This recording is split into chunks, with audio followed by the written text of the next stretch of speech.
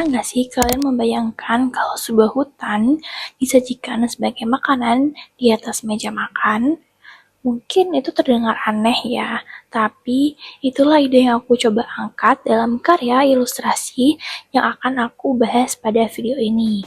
Halo, aku Amel dan pada video kali ini aku akan menjelaskan mengenai karya ilustrasi yang aku buat dengan tema narasi kecil untuk menjawab narasi besar, di mana karya poster ilustrasi ini berjudul Jamuan Ketahanan Pangan. So, sebelum kita masuk ke visualnya, sebelum itu aku mau menjelaskan dulu konteks yang melatar belakangi karya yang aku buat ini. Jadi, di Indonesia ini tuh ada proyek food estate yang salah satu pengembangannya dilakukan di Papua. Seperti yang kita tahu, proyek ini itu membawa narasi besar tentang ketahanan pangan nasional, pembangunan, dan masa depan Indonesia. Dari sudut pandang pemerintah, proyek ini dianggap sebagai langkah strategis untuk memenuhi kebutuhan pangan masyarakat Indonesia di masa depan.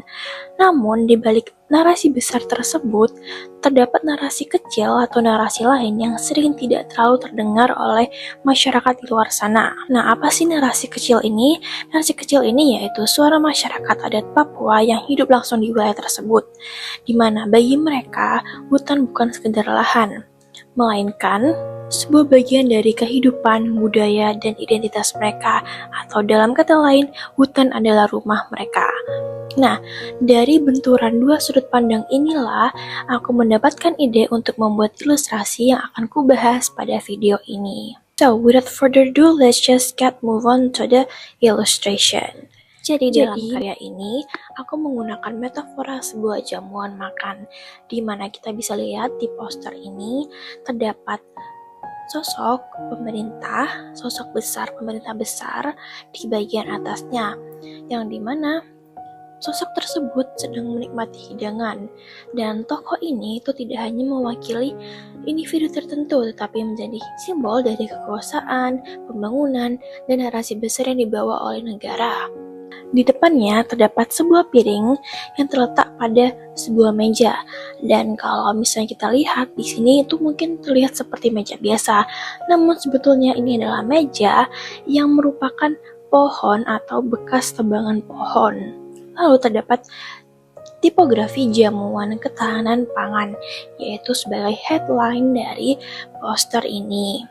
Nah, bisa kita lihat juga di ilustrasi tersebut, di dalam piringnya itu terdapat pohon-pohon atau kita bisa asosiasikan di sini sebagai hutan. Di mana hutan ini merupakan salah satu elemen yang ingin aku tonjolkan pada poster ini, dikarenakan hutan sendiri di sini merupakan lahan pengembangan dari food estate yang dilakukan oleh pemerintah. Lalu ada elemen penting lain dalam poster ini, yaitu ada sendok dan garpu yang berubah menjadi eksavator atau bentuknya itu menyerupai eksavator, di mana biasanya eksavator sendiri seperti yang kita ketahui identik dengan pembangunan pembukaan lahan. Namun dalam ilustrasi ini, eksavator justru digunakan untuk menyantap isi piring tersebut. Melalui simbol ini, aku ingin menunjukkan bagaimana pembangunan dalam skala besar dapat terasa seperti sedang mengonsumsi ruang hidup masyarakat adat, terutama masyarakat Papua. Nah, melalui ilustrasi ini sebetulnya aku tidak ingin mengatakan bahwa pembangunan atau ketahanan pangan yang dilakukan oleh pemerintah itu salah. Namun aku ingin mengangkat pertanyaan tentang dampak yang mungkin muncul di balik sebuah proyek pembangunan besar. Karena ketika pembangunan berbicara tentang produksi pangan dan pertumbuhan ekonomi, ada masyarakat yang juga sedang berbicara tentang rumah, identitas, dan keberlangsungan hidup mereka.